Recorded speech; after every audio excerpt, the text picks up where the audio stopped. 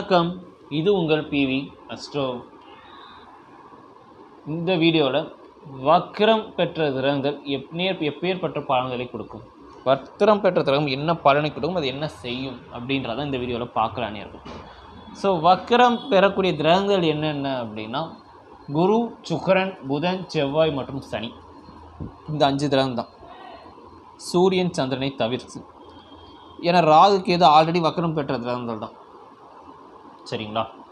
So சூரியன் சந்திரனை தவிர்த்து மிச்சம் 5 கிரகங்களும் வக்ரம் பெறக்கூடிய கிரகங்கள் தான்.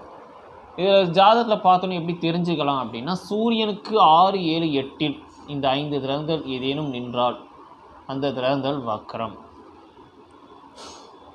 இதில் ஒரு டவுட் வரும், குரு செவ்வாய் சுக்கிரன் குரு செவ்வாய் சனி நிற்பார், ஓகே, சுக்கிரனும் புதனும் அப்படி நிற்க மாட்டேன், அவங்களை எப்படி தெரிஞ்சுக்கிறது? இது ஒரு நண்பர் கூட கமெண்ட்டில் கேட்டிருந்தார், சுக்கிரன் புதன் எப்படி வக்ரம்ன்றது பார்த்தோன்னே தெரிஞ்சிக்க முடியும் அப்படின்னு. இந்த சுக்கிரன் புதன் வக்ரம் அடைவதை பஞ்சாங்கத்தின் உதவியின் மூலமாக மட்டுமே தெரிந்து கொள்ள முடியும், மற்றபடிலாம் தெரிஞ்சுக்க முடியாது. அதை பார்த்தோன்னெலாம் சொல்ல முடியாது. சுக்கிரன் புதனை மட்டும் வக்ரம்ன்றது பஞ்சாங்கத்தின் உதவியின் மூலமாக தான் தெரிஞ்சுக்க முடியும். பட் ஆனால் இப்போ இருக்க காலகட்டத்தில் எல்லோரும் சிஸ்டமில் போட்டு பார்த்துறாங்க, இல்லைன்னா ஃபோன் ஆப்லேயே பார்த்து தெரிஞ்சுக்கிறோம். பட் அது பார்த்தோன்னா கண்டுபிடிக்க முடியாது. சுக்கிரனையும் புதனையும் அது பஞ்சாங்கத்தின் உதவியில் தான் கண்டுபிடிக்க முடியும், சரிங்களா. சரி, இந்த 5 கிரகம் வக்ரம் பெறக்கூடிய கிரகம், அந்த வக்ரம் பெற்ற என்ன பலனை கொடுக்கும்? இது நிறைய பேர் சொல்லக்கூடிய ஒரு விஷயம் என்னென்னா, உச்சம் பெற்ற கிரகம் வக்ரம் பெற்றால் நீச்ச பலனை செய்யும், நீச்சம் பெற்ற கிரகம் வக்ரம் அடைஞ்சால் உச்ச பலனை செய்யும்னு சொன்னால் அது உண்மை அப்படின்னா நிச்சயமாக கிடையாதுங்க. அதெல்லாம் வாய்ப்பே கிடையாது, அப்படிலாம் கிடையாது. அதே மாதிரி ஒரு லக்கண சுப கிரகங்கள் வக்ரம் பெற்றால் அசுப பலனை செய்யணும், இல்லை லக்கண அசுப கிரகம் வக்ரம் பெற்றால் சுப பலனை செய்யும் கொள்வது நிச்சயமாக இல்லாத ஒரு விஷயம். ஏன் இப்படி சொல்கிறேன் அப்படின்னா, ஒரே ஒரு கிரகத்தை மட்டுமே வைத்து பலன் கிடையாது.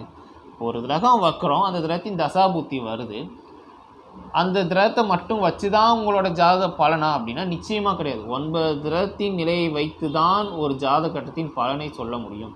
இது சும்மா இப்போ சொல்கிற இந்த 5ல் ஒரு சுக்கிரன் நிற்கிறார், சூப்பராக இருக்கும், பூர்வ புண்ணிய ஸ்ட்ராங்கு, அப்படியெல்லாம் கிடையவே கிடையாது. ஒரு கிரகத்தை மட்டும் வைத்து நிச்சயமாக பலன் கிடையாது. அப்படி இருக்கும் ஒரு கிரகம் வக்ரமாக இருக்கணுமா, அந்த கிரகம் வக்ரம் பெற்ற கிரகம் நன்மையை மட்டும்தான் செய்யும்னு சொல்கிறது நிச்சயமாக சொல்ல இயலாத காரியம். அப்படி ஒரு விஷயம் நிச்சயமாக இல்லை. சரி, வக்ரம்னா ஃபஸ்ட்டு என்ன?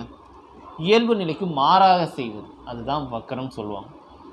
அதாவது சூரியனுக்கு 6, 7, 8 கிரகங்கள் நிற்கும்போது அந்த சூரியனின் அந்த கதிர்வீச்சு படமோ அந்த கிரகங்களோட தன்மை வலிமை இழக்கக்கூடும். அதனோட மூவிங் டைரக்ஷன் அந்த கிரகத்துக்கு ஸ்லோவாகும். ஸோ அதைத்தான் வக்ரம் அப்படின்றாங்க. அப்போ தன் நிலையை இழக்கக்கூடிய சூழ்நிலை நேரிடும் அந்த வக்ரம் பெற்ற கிரகங்களுக்கு. அப்போ ஒரு கிரகம் அந்த நிலையை அது கொடுக்கக்கூடிய பலனை ஸ்லோவாக கொடுக்கும். அது காரகத்துவமாக இருந்தாலும் சரி, ஆதிபத்தியமாக இருந்தாலும் சரி, கொடுக்குமா கொடுக்காதா அப்படின்றது அந்த ஒரு கிரகத்தின் காரகத்துவத்தையும் வைத்தும் ப்ளஸ் ஆதிபத்தியத்தையும் வைத்தும் சொல்கிறது மட்டும்தான். இப்போ ஒரு ஜாதகத்தில் செவ்வாய் வக்ரம் ஆயிட்டார் அப்படின்னா அவருக்கு வீடு வண்டி வாசல் அமையாது அப்படின்னு சொல்லிடலாமான்னா அப்படி கிடையாது. 4ஆம் ஆதிபத்தியம் எப்படி இருக்குது, 4க்கு பாக்கியஸ்தானம் சொல்லக்கூடிய லக்கணத்துக்கு 12ஆம் இடம் எப்படி இருக்குது, இதெல்லாம் வச்சு தான் நம்ம சொல்கிறோமே. ஸோ செவ்வாய்ன்ற அந்த காரகத்துவத்தை மட்டுமே வச்சு நம்ம சொல்கிறதில்ல, அதோட ஆதிபத்தியம் எப்படி இருக்குது இதெல்லாம் வச்சு தான் நம்ம சொல்லுவோமே, இல்லையா. ஸோ அப்போ ஒரு கிரகத்தை மட்டும் வைத்தே பலன் கிடையாது. சரி, இப்போ வக்ரம் பெற்ற கிரகத்தோட தசாபுத்தி வந்தால் என்ன பண்ணும்? நன்மையை கொடுக்குமா, தீமையை கொடுக்குமா? ஒரு உதாரணம், ஒரு நீசம் பெற்ற கிரகத்தோட தசாபுத்தி நடக்குது, அது வக்ரம் அடைஞ்சிருச்சு. இப்போ அந்த தசாபுத்தி என்ன பண்ணும்? ஒரு உதாரணத்துக்கு தனுசு லக்கணம், தனுசு ராசி, லக்கணத்தில் சூரியன், 8ஆம் இடத்தில் செவ்வாய், 7ஆம் இடத்தில் குரு, சரிங்களா. இப்போ செவ்வாய் தசைன்றது என்ன பண்ணும்?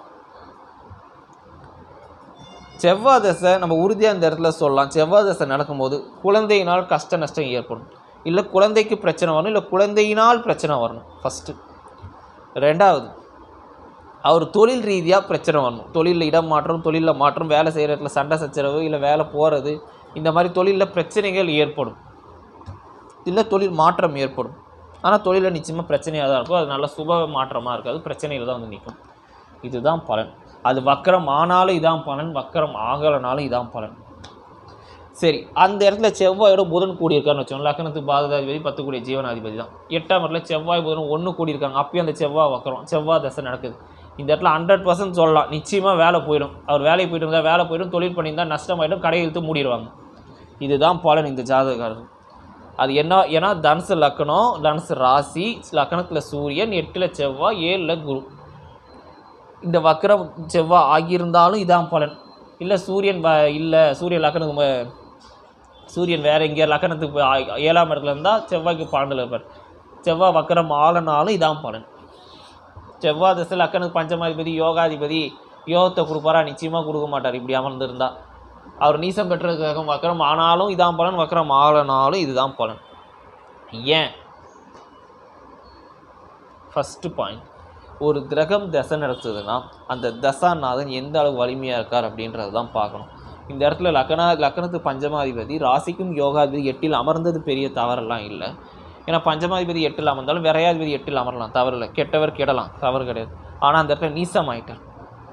நீசமானது கூட பெரிய தவறு. அது வீடு கொடுத்த ஏதேனும் வலிமையாக இருக்காரா? அந்த வீடு கொடுத்து செவ்வாய்க்கு சஷ்டாங்கத்தில் நிற்கிறார் ஃபஸ்ட்டு.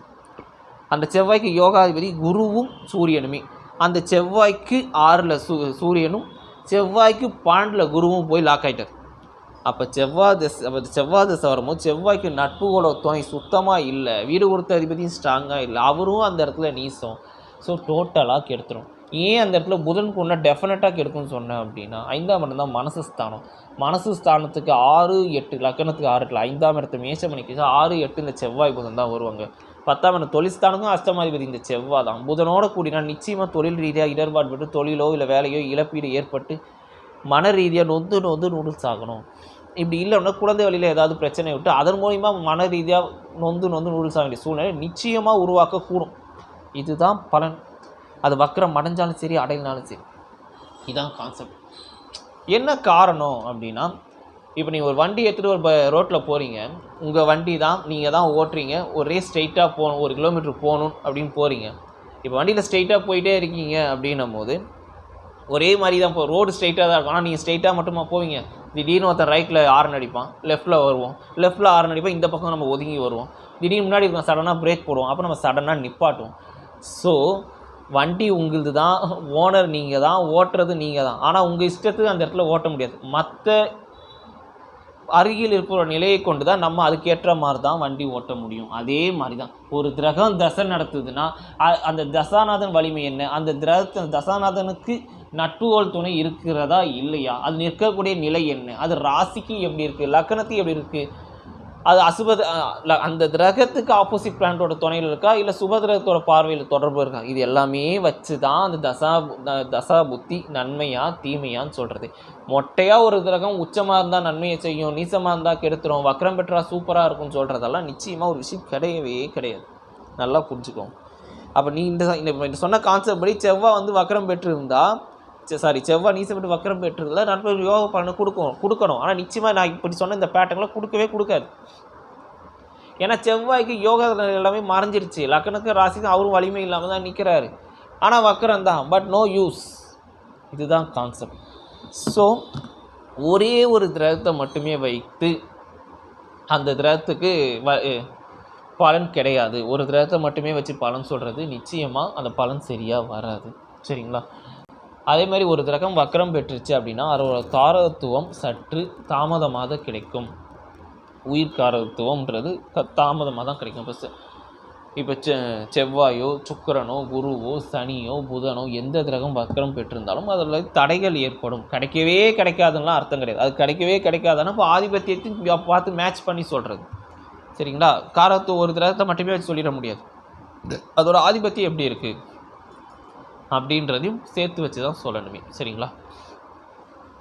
இதில் இந்த சுக்கிரன் வக்கரம் புதன் வக்கரம் சொன்னோம்ல, இந்த புதன் அப்படின்றது அடிக்கடி வக்கரம் ஆவர்.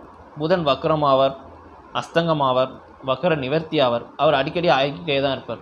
என்ன காரணம் அப்படின்னா சூரியனை விட்டு புதன் 28 டிகிரிக்குள்ளே மட்டும்தான் இருப்பார், அதை தாண்டி போக மாட்டார். அதே மாதிரி சுக்கிரன் 48 டிகிரிக்குள்ளே மட்டும்தான் இருப்பார், அதை தாண்டி இவரும் போக மாட்டார். சரிங்களா? ஸோ அப்படி இருக்கும்போது இவங்களுக்கு இந்த பஞ்சாங்கத்தின் உதவி மூலமாக தான் இவங்களோட வக்கரத்தை தெரிஞ்சு கொள்ள முடியும். சரிங்களா? ஸோ அப்போ இந்த புதன் வக்கரம்ன்றது யாரும் பெருசாக எடுக்கணும்னு அவசியமே இல்லை.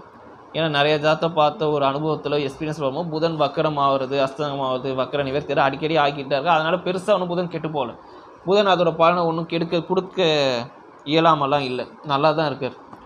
ஆனால் நட்பு பிளானட் தான் ரெண்டும். ஸோ அதனால் பெருசாக ஒன்றும் புதன் வக்கரமோ அஸ்தங்கமாக இருந்தாலும் பெருசாக ஒன்றும் அதனால் கெடுபலன்றது இல்லை. இந்த சுக்கிரன் வக்ரம் அப்படின்றது அடிக்கடியெல்லாம் சுக்கிரன் வக்ரம் ஆக மாட்டார். சுக்கிரன் வக்ரம்ன்றது 1.5 வருஷத்து ஒரு வாட்டி இல்லை 1.25 வருஷத்து ஒரு வாட்டி மட்டும்தான் சுக்கிரன் வக்ரம் அடைவார். சரிங்களா? அப்படி இருக்கும்போது அந்த வக்ரம் ஆகும்போது அந்த சுக்கிரனோட காரத்துவம் சற்று தாமதமாக கிடைக்கும். சுக்கிரனாலே நம்ம என்ன சொல்லுவோம், எல்லாம் கல்யாணம், வாழ்க்கை துணை, கலஸ்திர காரகன் அப்படி தான் சொல்லுவோம். ஸோ அது கொஞ்சம் லேட்டாக நடக்கும்.